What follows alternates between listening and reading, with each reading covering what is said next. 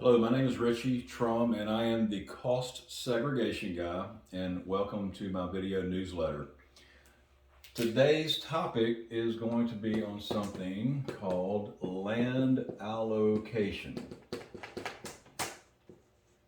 And why this is important is because when someone purchases a new building, land is included in that purchase price. And so, from a cost segregation perspective, we can only deal with the basis of what is depreciable, and land is not depreciable. The building, however, it is. And that depreciation expense is part of your profit as an investor. So you would want that number to be as high as you can get it, basically. And so when I create an estimate, especially on a new property where we don't have a depreciation schedule created yet, I'm going to estimate 20% for land. Um, Sometimes it might be a little bit higher, maybe like in California or New York or even Hawaii, where the land values can be 50, 60% or higher. But generally, 20% gets us in the ballpark to illustrate what the tax savings will be and what our fee is going to be. Um, but when we do that, what happens is a lot of times the tax pro will come back to us when the client engages and says, well, we're just going to use your 20% number, or you need to figure out the land allocation. And that's not the case, because the land allocation and coming up with that cost basis or that depreciable basis is an accounting function. And the tax pro is responsible for doing that. And here's the main reason why is because we are not, or I am not your tax professional. Okay. And I'm not going to create a number. I can only report those numbers on our cost reports.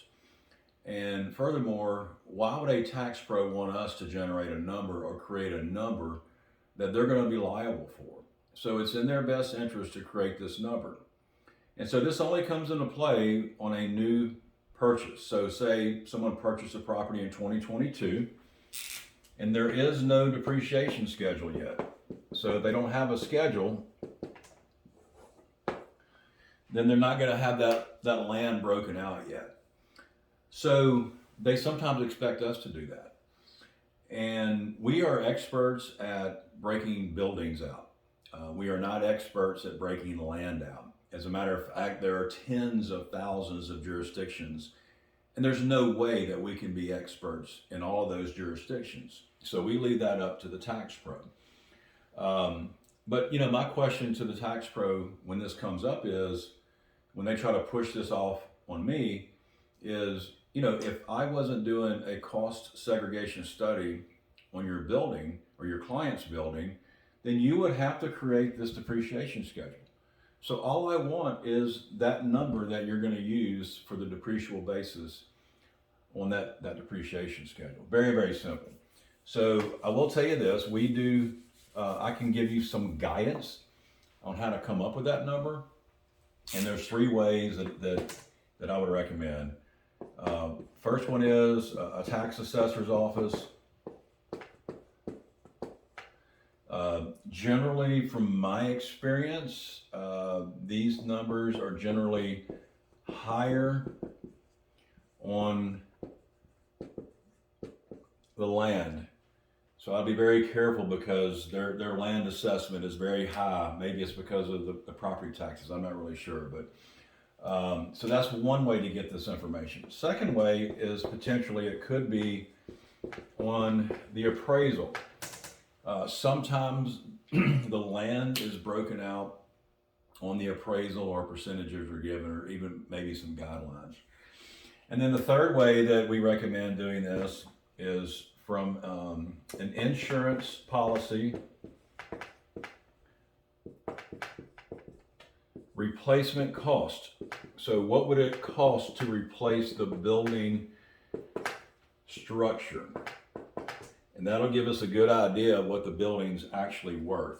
So what we would recommend is take all three of these, if you have them, and just take a median, find an average, and come up with a number that can go on that depreciation schedule. Anyway, if anybody has any questions about land allocations, just send me an email. My email address is in the description below. If I have provided you any value, please like and subscribe my channel so I can continue to bring more value. And if you have a question about your specific situation, just drop me a comment below in the comment section, and we can discuss your personal situation as well. And also, it may give me an idea for more content for future videos. So, at the end of the day, friends don't let friends overpay their taxes. So feel free to share this with your friends and other investors to help them keep more money in their pocket. It's their money anyway. Thank you.